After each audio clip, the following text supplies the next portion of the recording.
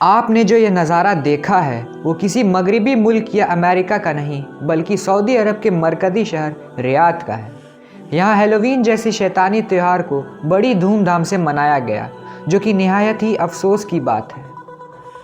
Halloween ہر سال 31 اکتوبر کو منایا جاتا ہے۔ اس دن لوگ عجیب، شیطانی اور بھوتیا ٹائپ کے کاسٹیوم پہنتے ہیں اور زیادہ سے زیادہ کوشش کرتے ہیں کہ وہ شیطانی اور خوفناک لگے۔ جو اپنے حلیے کو سب سے ڈراونا بناتا ہے وہی سب سے بہتر مانا جاتا ہے۔ لوگ ایک دوسرے کے گھروں میں جا کر مٹھائیاں مانگتے ہیں۔ جہاں تک بات ہے کہ یہ کس وقت منایا جاتا ہے، تو ظاہر سی بات ہے کہ اس کا تعلق شیطان، بھوت اور جنات سے ہے، تو یہ رات ہی کے وقت میں منایا جاتا ہے۔ مگر پریشانی اور دقت کی بات یہ ہے کہ یہ فتنہ یورپ اور عیسائیوں سے نکل کر کئی مسلمان ملکوں تک پہنچ آیا ہے، جو کہ نہایت غور و فکر کی بات ہے۔ اسی کا حالیہ مثال سعودی عرب ہے، وہ سرزمین جہاں سے اسلام پورے عالم میں چھا گیا، وہ سرزمین جو کفر سے پاک تھی اور جو پورے امت کے لیے مرکز کا رتبہ رکھتی ہے۔ وہاں بھی اس طرح کے واہیات چیز پہنچ چکی ہے۔ ان سب چیزوں کے پیچھے سعودی عرب کا ڈیفیکٹو رولر محمد بن سلمان ہے۔ جی ہاں دوستوں، اس کا کہنا ہے کہ وہ عرب کو اگلا یورپ بنا کر رہے گا اور یہ اس کا ذاتی مشن ہے۔ ان سب چیزوں کو وہ 2030 ویژن کہتا ہے، جس کے تحت پورے سعودی عرب میں ٹورسٹ اٹریکشن اور سینٹرز کو بڑھایا جائے گا۔ اس لیے آپ نے دیکھا ہوگا کہ سعودی عرب سے دھیرے دھیرے اسلامی شریعہ قانون کو ہٹایا جا رہا ہے۔ Pub, dance club, concert hall, شراب و جوؤں کے اڈے دھیرے دھیرے عرب ملکوں میں کھلتے جا رہے ہیں۔ جب ان سب کے بارے میں محمد بن سلمان سے پوچھا جاتا ہے تو وہ ان سب کے پیچھے اکنامیکل ڈیولپمنٹ اور بزنس کا نام دیتا ہے۔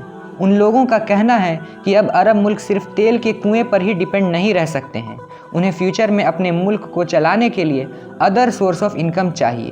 مگر وہ بھول گئے ہیں کہ انہی سب چیزوں کی وجہ سے یورپ تباہ ہے۔ انہیں یورپ کی ترقی یافتہ شہر تو دکھے، مگر یورپ کا کلچر اور تباہ کن سوسائٹی نظر نہیں آیا۔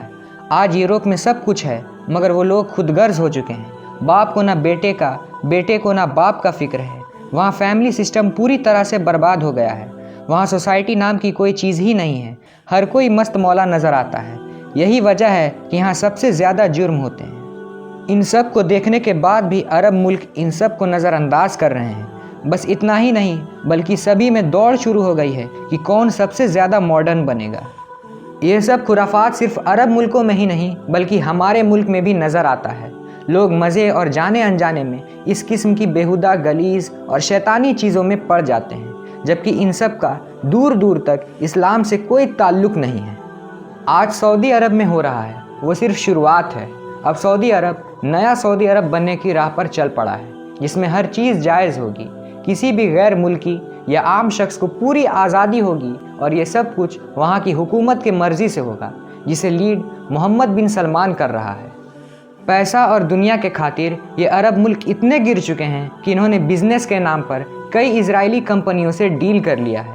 کل تک ان یہودیوں کے ساتھ عرب بیٹھنے کو تیار نہیں تھے، مگر آج ڈیل پر ڈیل کیے جا رہے ہیں، جبکہ اسرائیل ابھی تک اپنے حرکت سے باز نہیں آیا ہے اور اپنا ناجائز قبضہ بڑھاتا جا رہا ہے، اور مسلمان ملکوں کی بولنے کو بھی ہمت نہیں ہوتی، الٹا دوستی کیے جا رہے ہیں۔ جو شخص بھی ان لوگوں کو سمجھاتا ہے تو لوگ اسے ہی برا بھلا کہنے لگ جاتے ہیں اور خود کی جاہلیت پر فخر کرتے ہیں اور خوشی مناتے ہیں۔ جہاں تک بات ہے سرزمین حجاز کی، تو یہ پوری امت کی امانت ہے، نہ کہ کسی بادشاہ یا سلطان کی۔ اس پر سارے مسلمانوں کا حق ہے، اور یہ ہماری ذمہ داری ہے کہ ہم ان سب کے خلاف احتجاج کریں اور اپنی ناراضگی کا اظہار کریں۔ آج پوری دنیا اور امت مسلمہ بہت نازک دور سے گزر رہی ہے۔ ہر جگہ فتنے اور فساد عام ہوتے جا رہے ہیں۔ دنیا میں ایک جانب رنگینیاں ہیں تو دوسری جانب تباہ و برباد بستیاں نظر آئیں گی۔ آج معاشرے میں ہونے والی چھوٹے چھوٹے فتنوں کو نظر انداز کیا جا رہا ہے، کل کو یہی بڑی صورت اختیار کر لیں گے تو کوئی اسے قابو نہیں کر پائے گا۔ آج کے نوجوان مغربی رواج اور غلیظ و گھٹیا قسم کی چیزوں کو زیادہ بہتر سمجھتے ہیں۔ انہیں اپنے رواج اور روایتوں سے زیادہ مغرب کی بے تکی اور بھدے چیزوں میں انٹرسٹ ہے۔ ہر چیز کا کمپیریزن لوگ آج کل دنیا سے کرنے لگے ہیں۔ لوگوں کو یہ فکر ہے کہ معاشرے میں لوگ کیا کہیں گے، مگر انہیں یہ ذرا سا بھی خوف نہیں کہ کل قیامت کے روز وہ اللہ تعالیٰ کو کیا کہیں گے۔ اسی پر ہمیں اقبال کے اشعار یاد آ رہے ہیں۔ اپنی ملت پر قیاس اقوام مغرب سے نہ کر، خاص ہے ترکیب میں قوم رسول ہاشمی۔ ان کی جمعیت کا ہے ملک و نسب پر انحصار، قوت مذہب سے مستحکم ہے جمعیت تیری۔ دامن دی ہاتھ سے چھوٹا تو جمعیت کہاں، اور جمعیت ہوئی رخصت تو ملت بھی گئی۔ اگر آپ کو ہمارا پیغام پسند آیا تو اسے اپنے دوستوں کے ساتھ زیادہ سے زیادہ شیئر کریں اور کمنٹ باکس میں اپنی قیمتی رائے کا اظہار ضرور کریں۔ اور اگر آپ ہمارے چینل پر نئے ہیں تو ہمارے چینل کو سبسکرائب کریں۔ اب آپ سے اگلی نئی انٹرسٹنگ اور انفارمیٹیو ویڈیو میں ملاقات ہوگی۔